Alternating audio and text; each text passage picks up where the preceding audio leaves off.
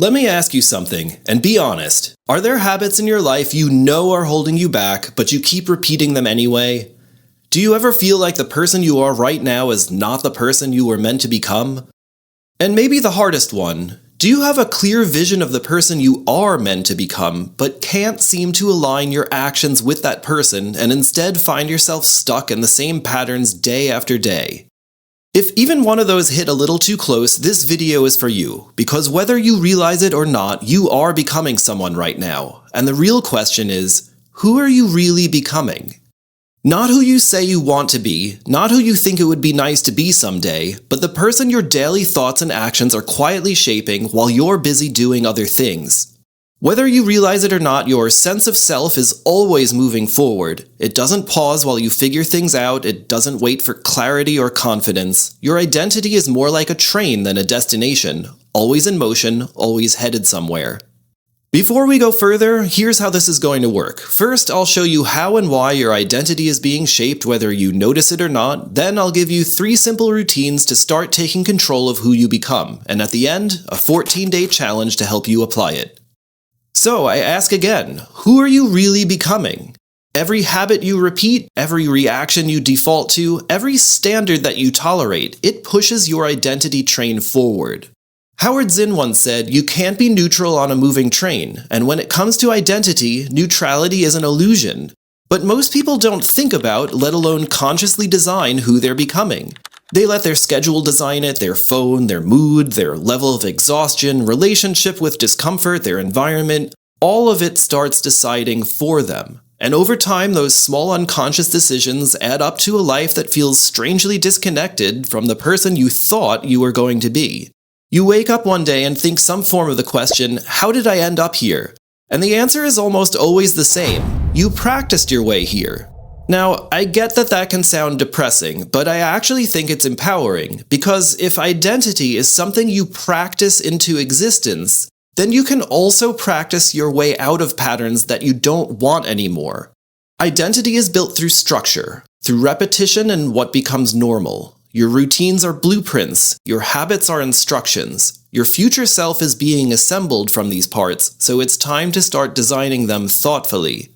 We tend to think identity is shaped by big moments, decisions, breakthroughs, emotional turning points. But really it's shaped by things like what you do when you're tired, or bored, or when no one is watching. That's who you are. It's who you practice being. So if identity is built by what you repeat and you are looking to take control of who you are becoming, the question is, where are the most important repeatable moments in the day? Because not all moments are equal. In my experience, there are 3 points in the day where you have the most leverage to change who you are. These are also the moments where your identity is most easily chosen for you unless you take control. The 3 moments are morning, afternoon transition, and evening. These are the identity crossroads, and if you win in these key moments, the rest of your day has fewer opportunities to hijack your identity train. So let's talk about winning these moments. In the second part of this video, I'll lay out 3 simple systems that you can adapt and apply to your life. They are meant as first steps towards becoming the person you were meant to be. You may have heard some of this before, but change doesn't happen without action. As you listen with the intention to actually apply one of these 3 routines once the video ends. I make content designed to help people. If you find this content helpful so far and you want more, or if you want to help this information reach other people who might really benefit from it, leaving a like or subscribing to the channel genuinely helps. Okay, let's start with morning, because you can't win a day you aren't willing to show up for. The morning decides who is in charge before the world starts making requests. And for many people, that version of themselves that shows up is reactive rather than active. They hit snooze, they scroll on their phones, absorbing other people's priorities, they miss breakfast and rush out the door already feeling stressed and behind before they even got started. Without even realizing it, they begin their day in a state of dependence, distraction, and negotiation. Those habits reinforce an identity of someone who is prioritizing reaction over action and negotiation over consistency. The goal isn't to have a perfect morning. It's not about waking up at 4:30 to copy someone else's productivity routine. It's an identity declaration. I start on purpose. So here's a simple 3-step morning routine that reinforces that declaration.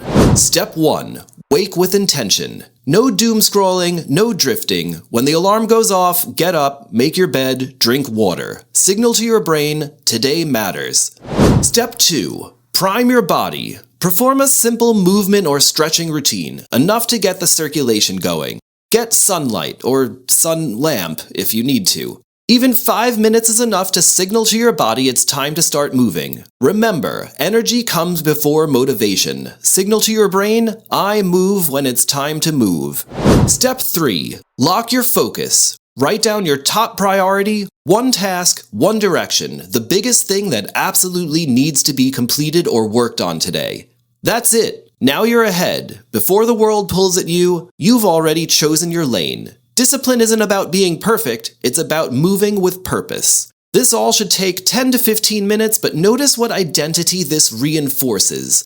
I'm in control before the world shows up. I don't start my day reactive. I move first. If you repeat even this totally simplistic routine, it eventually becomes automatic, and those identity statements become part of you. Imagine how effective you could be starting every morning with those statements in your subconscious mind, and all it cost you was 10 minutes. Feel free to adjust this routine with actions that resonate more deeply with you. Maybe it's prayer, reading, journaling, exercise. The details matter far less than the intention. For now, remember to keep it simple. You can always add more later. If you do want a deeper version of a disciplined morning routine, check out my 7 Morning Habits video. I'll link it in the description. The second daily anchor point is the afternoon transition, and it might be the most important one, because fatigue doesn't just lower energy, it lowers standards. This is the identity gap, the moment where the person you want to be gets outvoted by the person who just wants comfort and relief. After work, after school, after responsibilities, when willpower is weakest, your identity is most vulnerable. Have you ever told yourself something like, I'll just rest for a minute? And then sit down, open the phone, or turn on the TV, and suddenly it's 3 hours later? Just me? I get it. Afternoon energy dips are normal, but if you're trying to change your life, this window is frequently the best time you've got to move the chains. So we don't try harder here. We install a reset system to help us refocus. Here's a 3-step afternoon rescue routine that reinforces the identity statement, I reset on purpose.